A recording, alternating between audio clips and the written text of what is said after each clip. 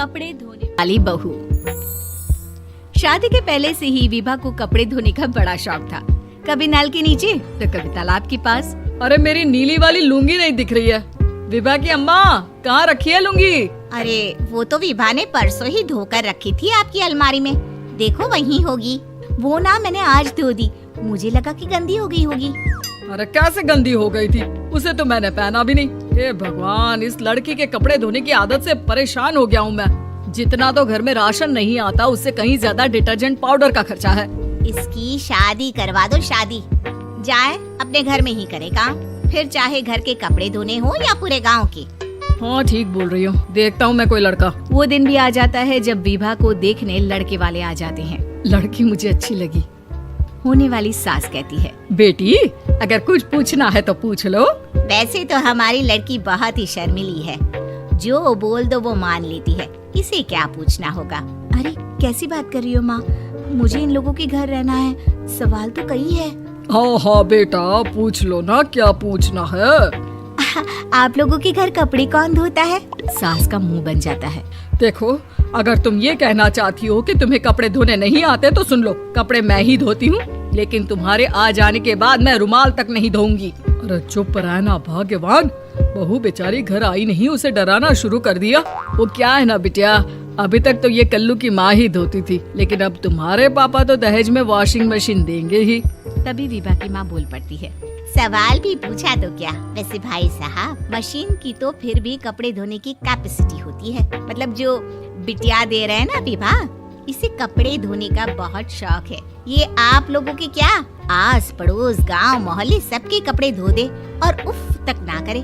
बाहर देखा नहीं आपने कितने कपड़े सूख रहे हैं, सब हमारी बिटिया ने ही तो धोए हैं। बस भी करो ना माँ, शर्म आ रही इतनी तारीफ सुनकर। और तो और एक दाग निकाल कर दिखाओ तो मान जाऊँ। हाँ अच्छा माफ करना बेटा, मैंने गलत समझा, हमें तो रिश्ता बहुत पसंद है। और ऐसे जुड़ जाता है रिश्ता कपड़े धोने का शौक रखने वाली विभा का। उसकी शादी हो जाती है कोयला फैक्ट्री में काम करने वाले कल्लू के साथ। शादी के बाद अचानक विभा चिल्लाती हुई सास के पास आती है, सासू माँ, अरे सासू माँ कहाँ है आप? ये तो धोखा है, धोखा दिया आप लोगों ने मुझे। इसे ससुर के चक्कर के बारे में पता चल गया। अरे तो उसमें तुझे क्यों धोखा मिला है? अरे नल में पानी नहीं आता, कपड़े कैसे कब धुलेंगे?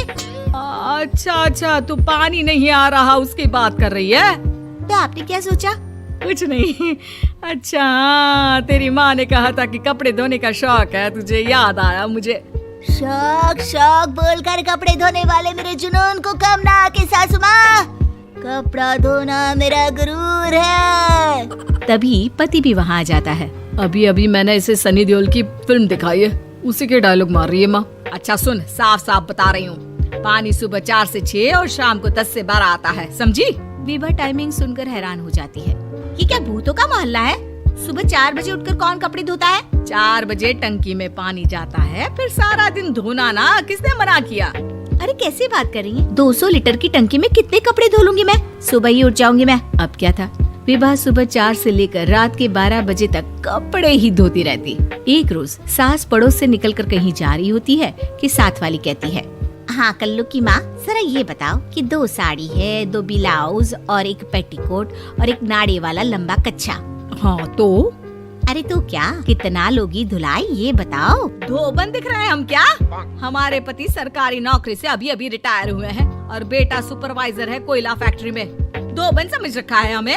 हाय रे कल्लू की अम्मा, माफ कर दो, वो तो मोहल्ले में यही सब बता रहे थे कि तुमने बहू को कपड़ा धुलवाने के काम में लगा दिया है। सास को पड़ोसन की बात सुनकर गुस्सा आ जाता है। वो घर पहुंचती है जहां घर के बाहर ही इतने सारे कपड़े सूख रहे होते हैं जितने कि किसी धोबन के घर पर। अरे ओ कल्लू की दुल्हन, बाहर निकल। माँ जी यहीं आ जाओ, बाथरूम में चादर धो रहे हैं हम। अरे अभी हम धोते हैं, तुमको बाहर निकलो। ये आस पड़ोस वाले बोल रहे हैं कि हम बहू से कपड़े धुलवा कर उसे कपड़ा धोने वाली बना दिए हैं। अरे छोड़ो ना माँ जी, किन लोगों की बातों में आती हो? आस पास के लोगों का तो काम ही होता है कि वो किसी तरह सास बहू को लड़ा दे। बहू सारे घर के कपड़े धोती है, ये क्या कम है? बोलिए। सास को भी लग जाता है कि वो बहू का ये सनकीपन नहीं छुड़वा सकती, इससे अच्छा है कि खुद ही चुप हो जाए। एक रोज सास और बहू मंदिर जाते हैं, जहाँ सास की साड़ी वहाँ खड़ी भीख मांगने वाली से मिलती है। माँ जी क्या बात है, की साड़ी उस भिखारन से कितनी मिल रही है ना? हाँ हाँ देखो तो दोनों की साड़ी मिल रही है। क्या बात है कल्लू की अम्मा, तुम खुद को तो अफसर की बीवी बताती हो और ऐसी सिंपल सी प्लेन साड़ी पहनकर घूमती हो। सिंपल और प्लेन नहीं है ये साड़ी। तो क्या सोने के धागे से फूल बने हैं? कुछ भी सासू माँ, कुछ भी। हाँ बने थे इस साड़ी में सोने के धागे से फूल। मेरे पति लेकर आए थे मद्रास से स्पेशली मेरे लिए 10,000 की। ताहे भाई साहब इस भिखारन के लिए भी सेम टू सेम साड़ी लेकर आए होंगे 10,000 की। सास उस वक्त तो कुछ नहीं कहती, लेकिन बहू के साथ घर आती है और अलमारी से एल्बम निकाल कर लाती है। ये साड़ी देख रही है, ये वही साड़ी है जिसे मैंने अभी पहना था। इस साड़ी में ये जो चमकदार फूल दिख रहे हैं ना, ये सोने के धागों से काटे गए हैं। लेकिन तू लोकल वॉशिंग मशीन ब्रश से घिस घिस कर सारे फूलों को निकाल कर साड़ी प्लेन कर दी। मुझे माफ कर दीजिए सासू माँ। और तो और, जब मैंने तुझे तेरी गलती के लिए कुछ नहीं कहा, लेकिन तूने तो सबके सामने मेरा मजाक ही बना दिया। क्यों? बहू को समझ में आ जाता है कि अब से उसका कपड़े धोना बंद।